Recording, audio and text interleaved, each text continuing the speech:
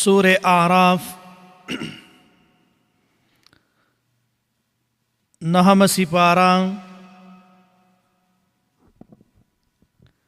آیت نمبر 160 سورہ اعراف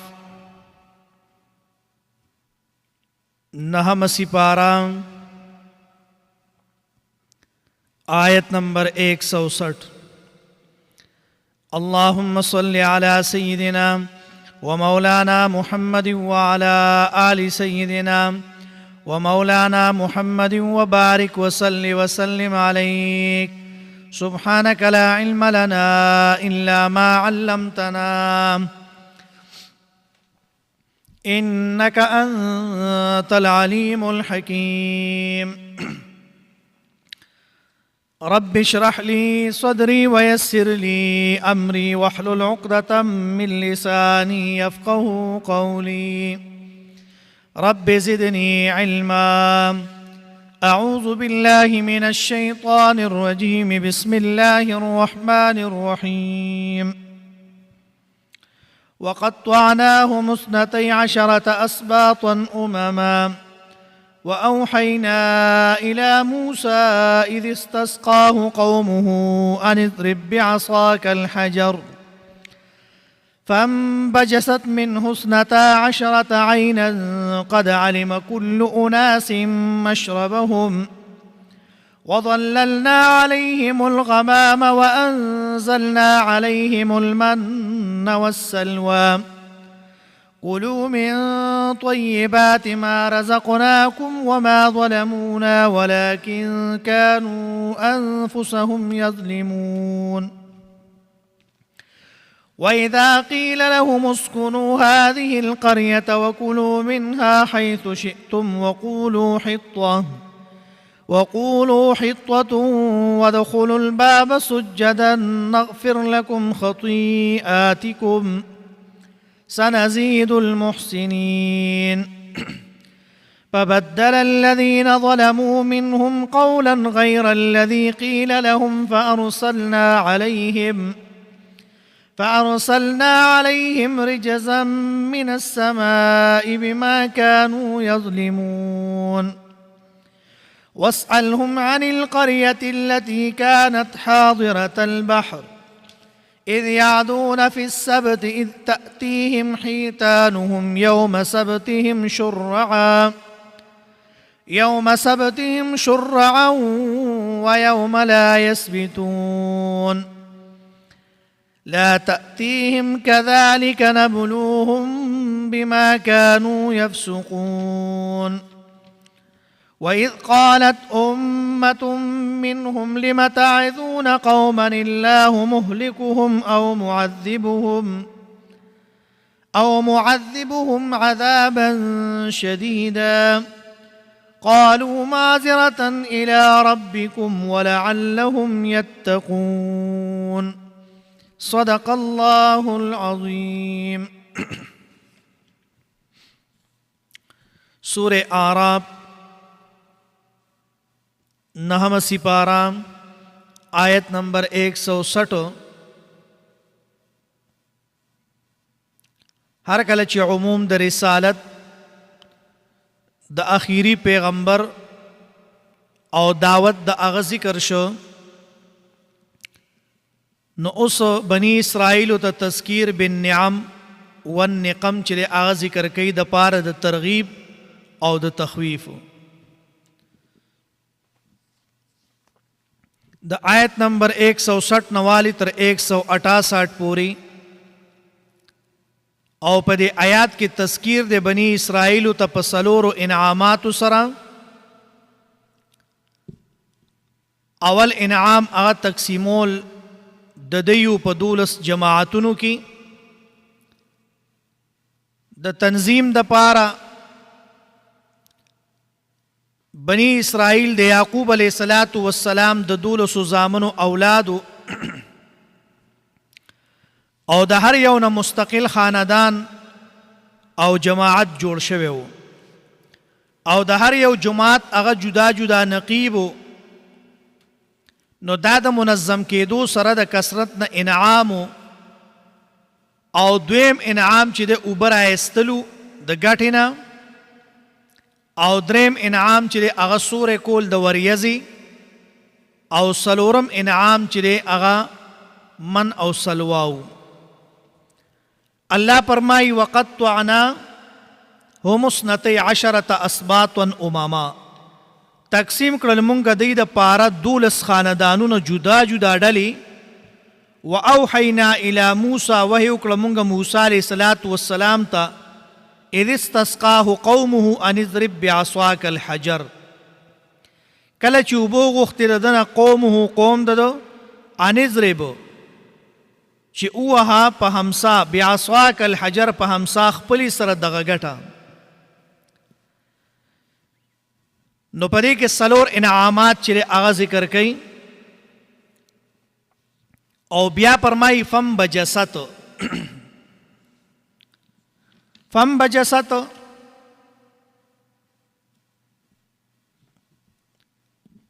نو الله جل شانه فرمایي چې انبجاس په معنی د لږي لږي اوبو راوتلو سره دی او انفجار چې دی په لومبۍ سپاره کې ذکر شوی دی فن فجرت من حسنتا، انفجار په معنی د ډیرو اوبو راوتلو.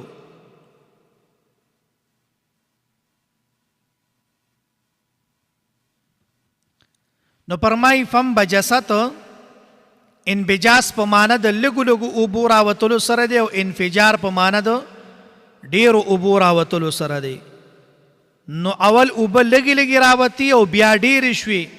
او د دې انعاماتو ذکر په سورې بقره آیت نمبر 60 کې هغه او په آیت نمبر 57 کې تیر شوی دی. الله فرمایي فن بجست من حسنتا 10 عینا، اسنتا 10 دا حال دی او اسباطن دا بدل دی د حال نه امامن صفت د اسباط دی. نو په سورې بقره کې مقصد چې نو هغه تفصیل د انعاماتو، نو د کمال د انعام د پاره الته انفجار ذکر کو او دلته انبجاس چې دی نو دی ذکر کو. نو الله فرمایي واوحینا او مونږ وحی وکړه موسی علیه السلام ته پن بجستو. الله فرمایي پس روت منه د دینا 12 عینا 12 چینی قد علم کل اناس مشربهم، او پیجن د هرې ډلې ګودر خپل، یعنی قد علم کل اناس مشربهم، او پیجن د هرې ډلې ګودر خپل.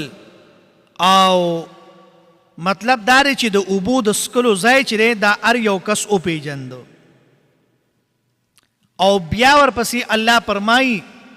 دریم انعام دا دی وظللنا علیهم الغمام،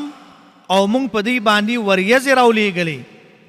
نو دې ځای نه دا دریم انعام دی د غمام نه مراد سپینه وریځ ده.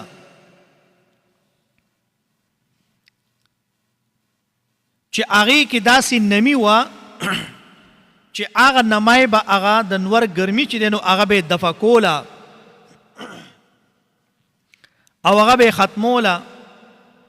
نو الله فرمایي ورپسې وانزلنا علیهم المن والسلوى، او دا څلورم انعام دی راولېږل مونږ په دې باندې من او سلوا. من نه مراد تورنجبین چې دا سپینو او دا د وړی په شان دي او خواږو. لکه نن سبا که تاسو خیال کړئ په دې لارو کوڅو کې دا ماشومان چې دی هغه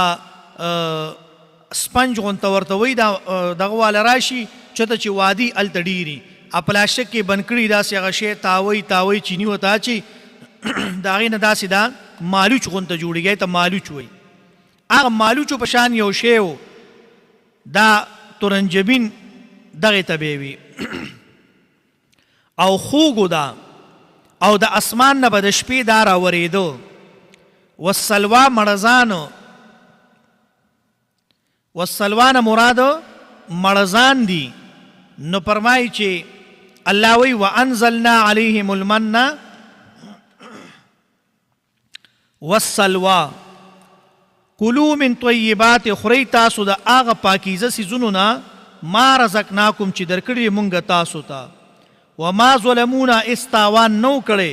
ولکن کانو لیکن دی انفسهم د خپلو ځانونو باندې یظلمونا یعنی تاوانی کو. بیا ورپسې آیات کې فرمای آیت نمبر 161 دی کې ذکر د پنځم انعام دی چې مشتمل دی په څلورو اوامرو باندې، دو انعامات دي او دو پکې چې دینو احکام دي، او تفسیر مخکې په سورہ بقره آیت نمبر 58 کې الته تیر شوی دی. الله فرمای و اذا قیل لهم اسكنوا، کله چې وویل شو دیتا اوسیږئ په دې کلي کې، وکلوا منها حیث شئتم، او خورئ د دې ځای نه چې کم مو خوښ وي، وقولو او وای تاسو حطة چې مونږ ته بخنه وکړه، ودخلوا الباب داخل شي دروازې ته سجدا سجده کوونکي. نو اوس دې ځای کې الله فرمایي چې دلته اوسېدل ذکر کړي دي او الته داخلېدل ذکر کړي دي، ځکه چې داخلېدل مخکې وي د اوسېدو نه.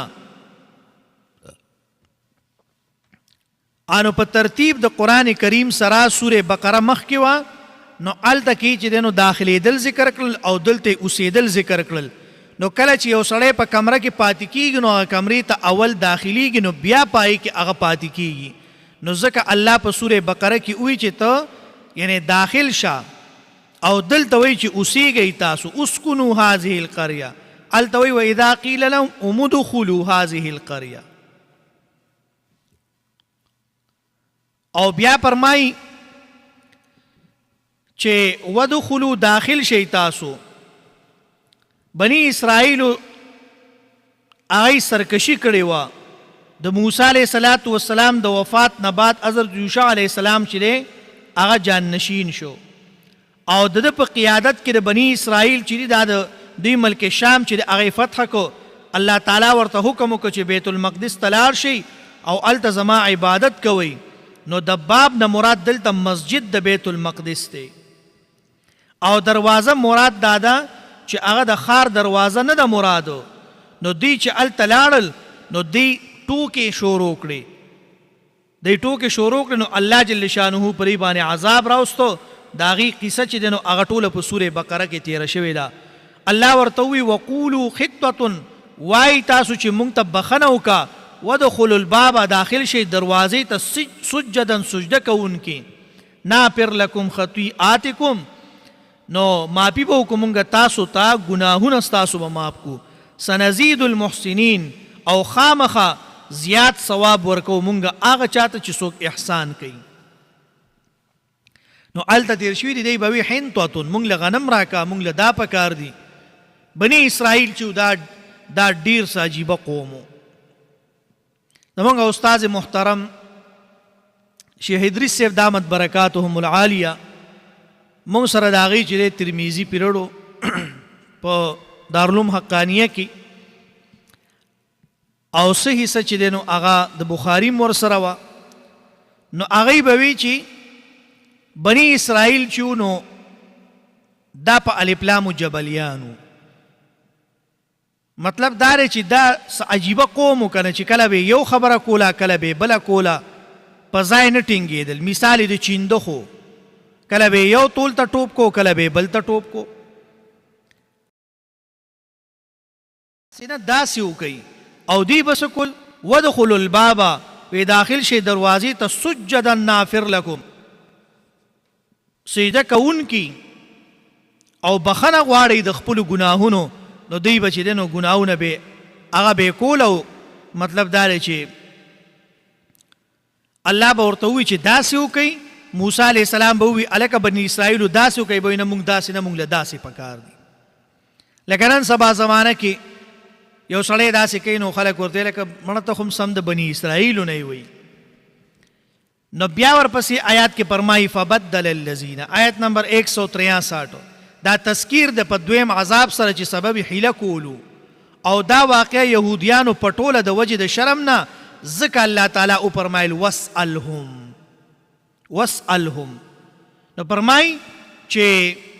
آیت نمبر 162 دا تذکیر دی په اول عذاب سره او د دې تفسیر مخکې ذکر شوی دی په سوره بقره کې. او سبب د دې عذاب هغه څه شی او تبدیل د قول شرعي او د عمل شرعي. نو په دې آیات کې او په سوره بقره آیت نمبر 59 کې اختلاف د عبارت ته په اتو طریقو سره او د هغې تفصیل په سوره بقره کې مونږ ویلو. د دې آیات او د سوره بقره د آیت نمبر 59 د دې په عبارت کې په اتو طریقو سره اختلاف ته او د هغې تفصیل مونږ په سوره بقره کې هغه ذکر کړی دی. نو فرمای فبدل الذین پس بدل کو هغه کسانو ظلمو چې ظلم کړو منهم د دینا قولا وینا غیر الذی بل قول غیر د اغینا قیل لهم چې ویل شو دیتا فارسلنا رولیګل مونږ علیهم پدی باندې رجزن یعنی سغ عذابو من السماء د اسمان نا بما كانوا یظلمون په وجه دی باندې چې دی ظلم کو. بیا ورپسې آیت نمبر 163 الله فرمای چې دا تذکیر د په دویم عذاب سره چې سبب هیله کولو او دا واقع یهودیانو په ټوله د وجه د شرم نه الله تعالی فرمایل واسألهم تپوسو که عن القريه د دین حال د هغه کلي. د دې کلي نوم سو ایله د دې نومو او د دې زمانه کې هغې ته عقبه داود وایي. ښه پخوانی نوم د هغې ایلو او په دې زمانه کې هغه کلي ته عقبه داود وایي. دې آیات کې اشاره ده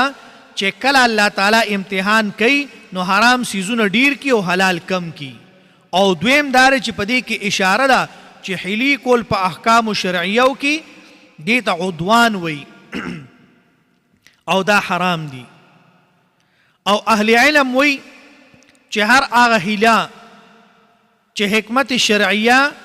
باطلی یا پاغي سره رسیدل کېږي حرام ته نو هغه ناجایز ده بالاتفاق. مطلب داری چې لکه هغه حیله چې حکمت شرعیه هغه باطلی نو پاغي سره رسیدل کېږي حرام ته نو بیا هغه چې دی نو هغه ناجایز ده بالاتفاق.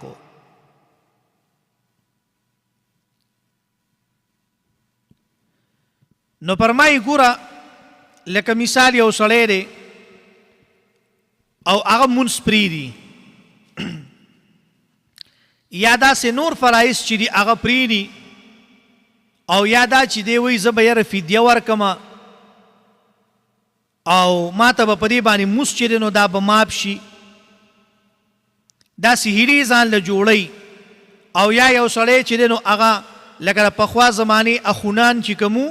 هغې له به مالداران رالل او سرمایهدار به رالل ورته وي استاد جي څنګه چل دی دا پلانی مسله هغه ورته وي بس ته یو چیلی راوله نور چې دی نو بس هېڅ هم نشته د ستا لپاره دا جایز دي. داسې هیلې کول دا حرام دي. یا مطلب دا دی لکه یو سړی دی او هغه چې دی نو ځان له لکه بعضې داسې یي راشي یاره دی کې وایي د شریعت کې راله څه داسې ګوټ غونته کې ووهئ که نه که دې مسله کې څه حل راووته نو هغه مسله کې خو به حل یا روځي یا به راونځي. او حیله کول چې دی نو دا د مفتیانو کار دی او دا د غټو علماو کار دی. هر سړی چې دی دا حیله کول هم نشي. نو فرمای واسألهم تپوسو کر دینا عن القریة التي مراد د سوال نه توبیح او تقریر د ګناه د دی دی او په دې واقعه کې دلیل دی په صدق د پیغمبر اسلام چې امیو چې دا واقعه نه د چا نه اورېدلې ده او نه یې لوستلې ده او علماو د یهودو ته یې هغه یاده کړه. نو فرمایي عن القریة التي د حال د کلي نه چې او په غاړه د کانت حاضرة البحر چې او په غاړه د دریاب باندې. نو حاضرة البحر مراد د دې نه بحر قلزم دی او مراد د حاضر نه مجاور یعنی په غاړه دی ځکه چې حضور هغه نقیض د غیبت دی. نو د دې وجې نه غایب کس ته حضور او حضرت ویل دام شرک دی. نو فرمای حاضرة البحر چې کله دی تجاوز حاضرة البحر چې دی آبادو په غاړه د دې دریاب باندې د دې بحر قلزم باندې. نو حاضرة البحر مراد د دې نه بحر قلزم دی او مراد د حاضر نه یعنی هغه مجاور دی چې دی په غاړه دی، ځکه چې حضور دا نقیض مقابل د غیبت دی. نو د دې وجې نه یعنی غایب سړي ته حاضر ویل یا هغه ته چې دی نو حضرت ویل دا مهم د شرک دی. نو فرمای حاضرة البحر اذ یعدون فی سبتهم، کله چې دی سوکړه یعنی تجاوز یې وکړه د حد شرعي نه فی السبت پر ورځ د خالي کې.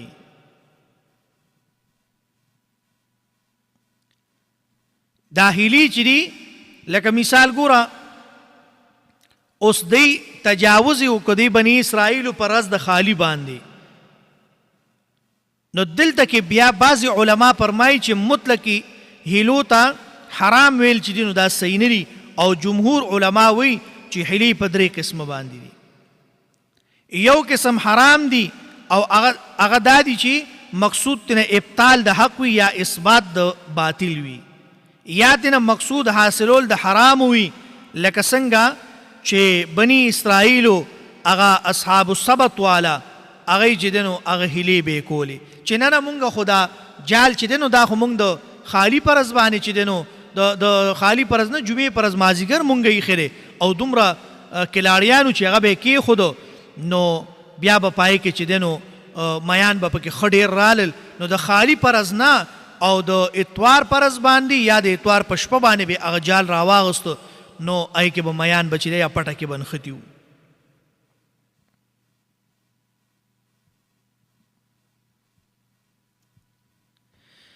نو فرمایي چې اذ تأتیهم حیتانهم، کله چې راتل به دی ته میان یعنی کبانو یوم سبتهم شرعا دی یعنی کبان د دی پر ورځ د خالي یعنی ښکاره په سر د اوبو، و یوم لا یثبتون او کله به چې ورځ د خالي نه وه نو لا تأتیهم نه به راتلل دی ته دا میان. ګوره دا الله تعالی اوس په دې باندې امتحان کو چې دا بني اسرائیل الله تعالی بنې کړل د دې نه چې ای بني اسرائیلو تاسو د خالي پرز باندې میان دا به نه نیسئ، او هغه میان به دوی ته څه کېدل د خالي پرز به د اوبو سرله میان ناتلل، نو دوی هغې ته ټینګېدی نه شو. نو دوی به څه کول د جمعې پرز باندې چې دی نو دوی به مازدیګر به یې پټه به یې وتړله او جال به یې وتړو او د خالي پرز چې به کوم میان سر لرال بیا به هغه تللی نه شو. نو دوی به بیا د اتوار پرز باندې هغه راواغستل، وی دا وګوره څومره میان دي. نو چې چا به ورته وویله که دا خو تاسو چې دی نو د ښکار نه منع شوي وئ او تاسو بیا چې دی نو ښکار نه مونږ خو د خالي پرز نه دی کړی، مونږ خو د خالي پرز نه دی کړی، نو دې ته وایي هیله.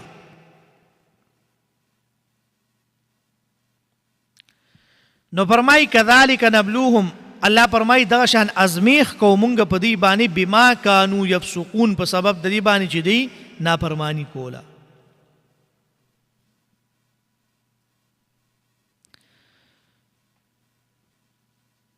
نو الله جل شانه او فرمایل و یوم لا یثبتون،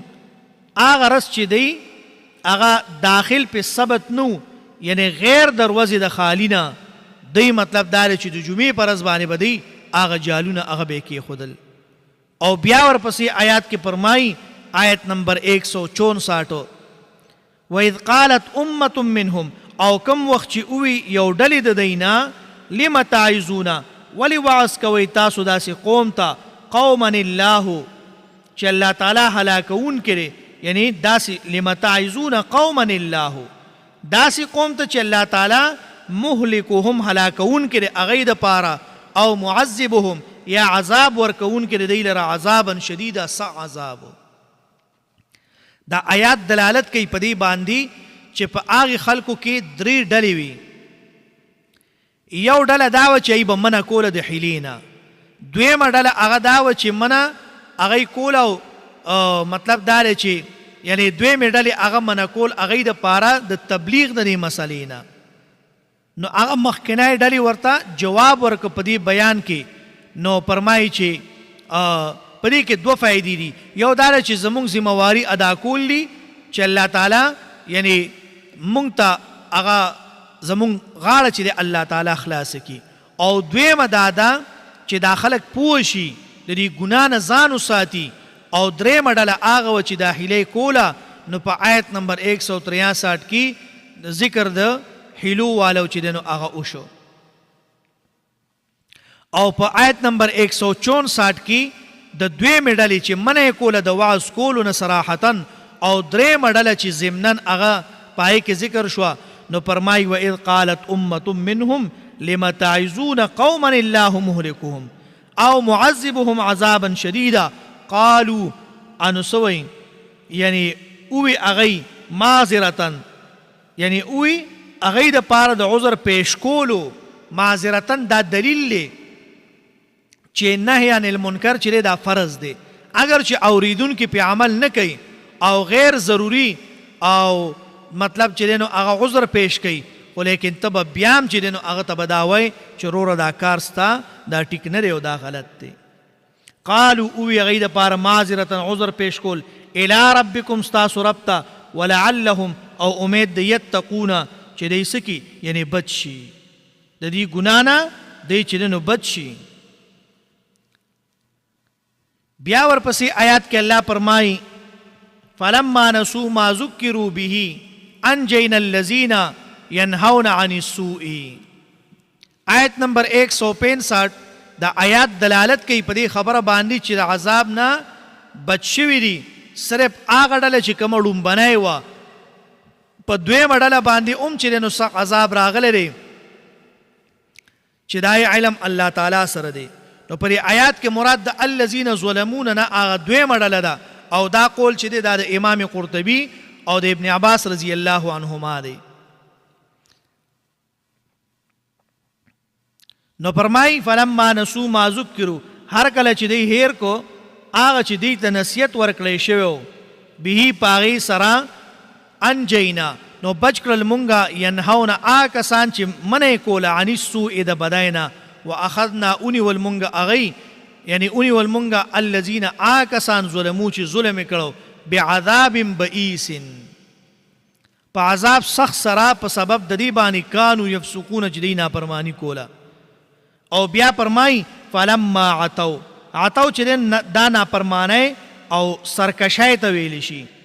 انکار ته ویلی شي، یعنی هر کله چې دی نافرمانی او انکار وکړو د ترک د هغه کار نه چې دی ته هغه منع شوي نو دی باندې بیا عذاب راغی او دی یې چې نو څه کړل دی یې مسخه کړل دی یې ختم کړل. نو فرمای فلما عتو عما نهوا هر کله چې دی نافرمانی وکړه عنه د هغه نه عما نهوا یعنی د هغې نه چې کم نه دی منع شوي عنه د هغې نه قلنا اوی مونږ لهم دی تکونو شی تاسو قردتن شادوګان خاسئین ذلیلا. دی آیات کې عذاب د درېیمې ډلې دی او د دوی جرم د دویمې ډلې نه زیات و، ځکه الله تعالی د دوی په باره کې لفظ د عتو ذکر کو او عذاب د دوی د هغې نه سختو. نو هر کله چې په حیلې سره مسخ د دین هغه راځي د دې وجې نه عذاب د مسخې دا ورسره راغلی دی، نو دا د دې دپاره دا مناسب نو ځکه الله جل شانه چې دی دلته هغه ذکر کو. نو فرمایي چې فلما عتوا عما نهوا عنه قلنا لهم كونوا قردة الله ورته وی تاسو ذلیله شئ، شادوګان کړل او دی یې ذلیله کړل.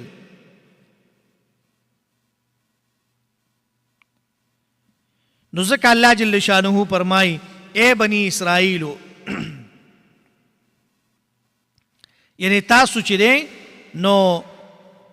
تاسو د حد نه تجاوز کړو او چې ما تاسو ته کوم حکم کړو نو تاسو هغه کار ونه کو، نو الله ورته فرمایي چې تاسو څه شئ یعنی ذلیله شئ. نو دوی نه شادوګان جوړ کړل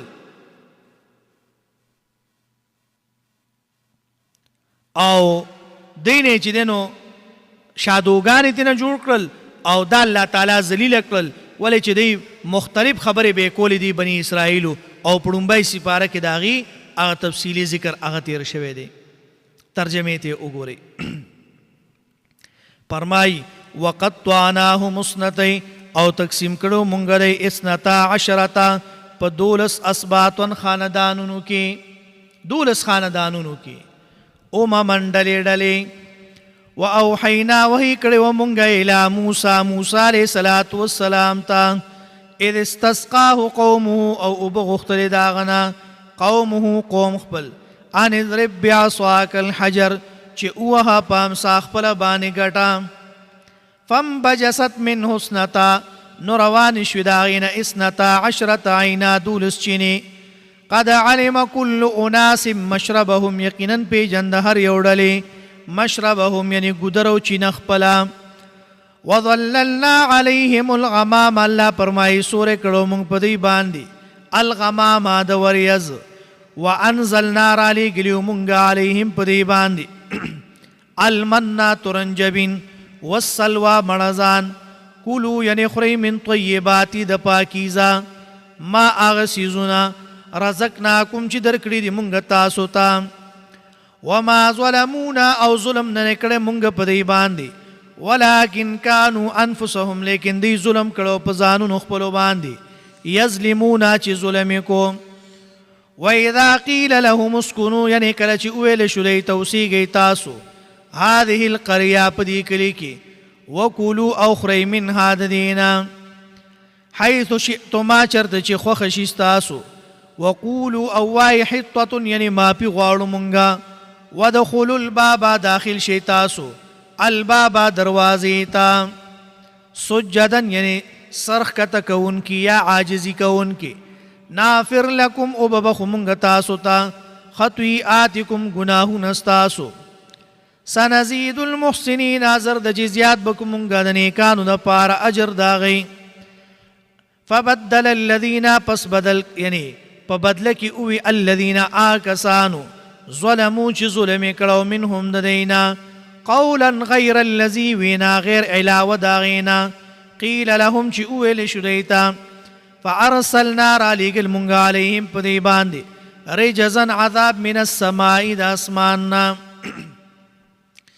بما كانوا پوجد دی باندې چې یظلمون ظلم کو واسألهم عن القرية التي تپوس کردین په بار دا کلیوالو کې كانت چې آباد حاضرتن پغاړه البحر د دریاب اذ یعدون فی السبتهم یعنی کله چې دی حد نو اوریدل فی السبت پر وز د خالق اذ تاتیهم یعنی کله چې راتل دیت حیتانهم یعنی میان او کبان د دی یوم سبتهم پر وز د خالق شرعا یعنی خکار پړاګه و یوم لا یثبتون فاغرز باندې چې خالی یعنی خالی نو پدی باندې لا تأتيهم نبرات للديتا كذلك نبلوهم دارنگی اللہ فرمائی امتحان کو منگ پاغی باندی بما كانوا يفسقون پوجر دی بانی چدینا فرمانی کولا وإذ قالت أمة منهم وكلا چئوی یوڑل دینا لما تعزون ولنسیت کوئی تاسو قوما اللہ آقوم یعنی آغا قوم چی اللہ تعالی مہلکم حلاکون کے دا پارا او معذبهم یا عذاب ورکون کی داغیتا عذابا شدیدا یعنی عذاب دیر سخت قالو اوی دی معذرتن دپار د عذر پیش کولو الى ربکم یعنی خپل رب تا ولعلهم یتقونا دی دپار چی دی بچی د گنانا فلما نسو ما ذکرو هر کل چی هیر کو دی ما آغا ذکرو چی دی نسیت کلیشو دیتا بهیب داغی انجین الذین بچکل منگا کسان ینهونا چه من کولا عن السوء دبتکارنا واخذنا الذین اللہ فرمائی انی والمنگا کسان ظلمو چه ظلم کرو بعذاب بئیس پعذاب سخصرا بما کانو پوجر دے باندی یفسقونا چه دینا فرمانی کولا فلما عتو عما نهو پس هر کل چه نا فرمانیو کردی عما دا آغسنا نهو چه منکلی شو عنه داغینا قلنا اوی منگ لهم دی تکونو شیطاسو قردتن شادوگان خاسئین زلیلا وَإِذْ تَعَزَّنَا كَلَچ اعلانك ربك ربستا لَيَبْعَصَنَّا خام خابر علیگی علیہم پدی باندی بس دیزے پر صدق الله العظيم. آمين. الحمد لله رب العالمين والعاقبة للمتقين والصلاة والسلام على رسوله محمد وآله وأصحابه أجمعين. یا الله زمونږ د ټولو ګناهونه معاف کړي. الله چې کوم صغیره کبیره ګناهونه دي الله په ټول باندې عفو کلام راکاږي. الله پیغمبر علیه الصلاۃ والسلام چې کوم د خیر دعاګانې کړې دي الله د هغې نه مونږ ته خیر راکړي. الله چې د کوم شرور آفتونو مصیبتونو نه یې پناه غوښتې ده الله د هغې نه مونږ ته پناه راکړي. الله زمونږ د ټولو په حال باندې رحم وکړي. الله زمونږ د ټولو حوایج برابر کړي. الله مشکلات هم حل کړي، پریشانۍ هم ختمې کړي. الله مصیبتونه تکلیفونه رانه لرې کړي. الله مصیبتونه تکلیفونه رانه لرې کړي. الله مونږ ټول د ظالمانو د ظلم نه، الله د شریرانو د شر نه، الله د حاسدینو د حسد نه، الله د بغضیانو د بغض نه، الله د ساحرانو د سحر نه، الله نظربازو نظر نه الله مونږ وساتي.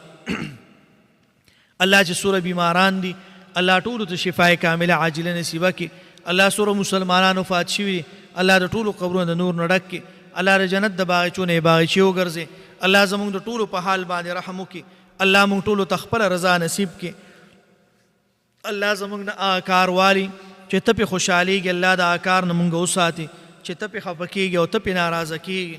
الله دا درس الله دا قرآن کریم الله تر قیامته پورې جاری او ساری ساتي. الله دې قرآن کریم سره زمونږ الله وابستګي راولي. الله دا قرآن کریم د خپل رضا سبب وګرځي. الله زمونږ دا درس د خپل رضا سبب وګرځي. الله د دې درس د دې قرآن کریم برکات الله مونږ ټولو ته دنیا او آخرت کې راکړي. الله د دې چې څومره برکات پیغمبر علیه الصلاۃ والسلام ذکر کړي دي الله په هغه ټولو برکاتو سره مونږ مالا مال کړي. الله کړه چا اولاد نی نیک عمله صالح اولاد ولا ورکړي. الله کړه چا اولاد وي نیک عمله صالحه قرآن خوانه دینداره لوی کړي. الله زمونږ د ټولو الله چې څه قسم ضروریات دي الله دا ټول ضروریات مونږ ته برابر کړي. الله د خپلو غیبو خزانو نه یې راکړي. الله د خپلو غیبو خزانو نه یې راکړي. الله مونږ ټولو سره دنیا او آخرت کې د خیر معاملاتو کې الله مونږ ټولو ته خپله رضا نصیب کړي. الله پیغمبر اسلام چې کومې د خیر دعاګانې کړي دي الله مونږ ته ترنه خیر راکړي. الله چې د کوم شرور آفتونو مصیبتونو نه پناه غوښتې ده الله د هغې نه مونږ ته پناه راکړي. الله د هغې نه مونږ ته پناه راکړي. الله زمونږ د ټولو مشکلات حل کړي، پریشانۍ هم ختمې کړي. الله کله چا بچي نافرمانۍ الله فرمان بردارې وګرځي. الله په کومو کورونو کې نفرتونه دي الله محبتونه پکې پیدا کړي. الله په کوم ځای کې داسې بیماران دي چې لا علاج بیماری دي الله ستا په خزانو کې د علاج شته. الله د علاج الله د خپلو خزانو نه راولېږي. الله د دغه بیمارانو دپاره الله د خپل کور د کویي اوبه چې دي دا ورله شفا وګرځي. الله په دې کې ورله شفا واچي. الله ډېر مسلمانان ډېر زمونږ رونه بایګان میندې خویندې ډېر ناچاره دي ډېر غریبانان دي او دا وسې نشته دی داسې بیماری دي چې الله له علاج بیماری دي الله هغوی د علاج نه الله محرومه دي. الله هغوی ته د خپل کور د کویي اوبه الله دا ورله دوایي وګرځي. په دې کې ورله شفا واچي. الله چې چا مونږ ته دعاګانو دپاره ویلي دي الله د هغه ټولو ضروریات برابر کړي، مشکلات حل کړي، پریشانۍ ختمې کړي، مصیبتونه تکلیفونه ترنه لرې کړي.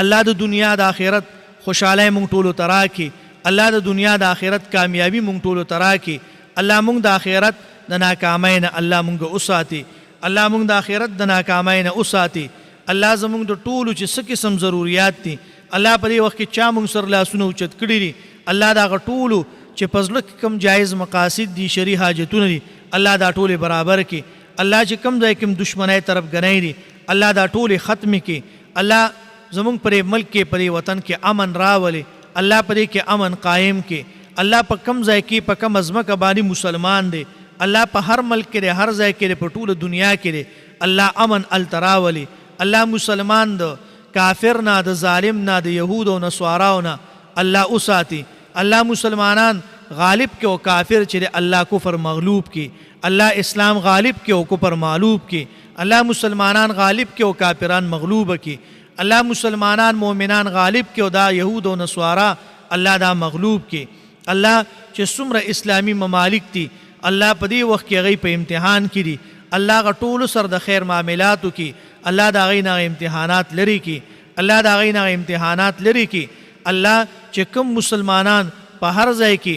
الله بی ګناه په جنونو کې پراته دي الله دا هغه ټولو د رهایي اسباب برابر کړي الله دا هغه ټولو د رهایي اسباب برابر کړي الله دا هغه ټولو د رهایي اسباب برابر کړي الله چې کوم رونه الله ګناهګاران دي په جنونو کې پراته دي الله هغه ټولو ته توبې توفیق ورکړي الله هغه ټولو ته توبې توفیق ورکړي او الله دا غیم د رهایي اسباب برابر کړي الله داسې نوجوانان چې په نشو تماشو کې پراته دي الله د هغې د وجې نه د هغې مور او پلار پریشانه دي الله دغه نوجوانان الله د دې نشو نه د دې ایسو نه د دې چرسو پوډرو نه الله دوی منع کړي الله دوی منع کړي الله چې څومره نوجوانان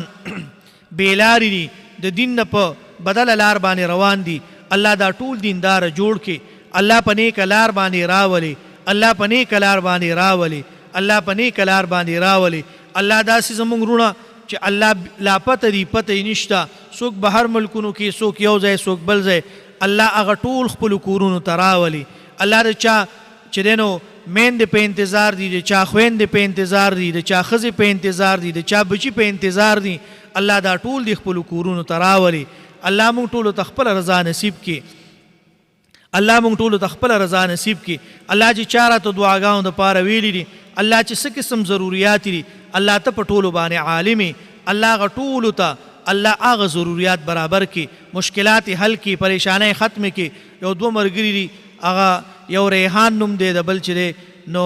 اسنین دی هغوی ته هم دعا وکړئ چې الله جل شانه ورته د دنیا د آخرت خوشحالۍ ورکړي موږ سره کار کوي مدرسه کې الله جل شانه دې ورته دنیا آخرت خوشحالۍ ورکړي او الله دې چې کوم دی د دې دا ځواني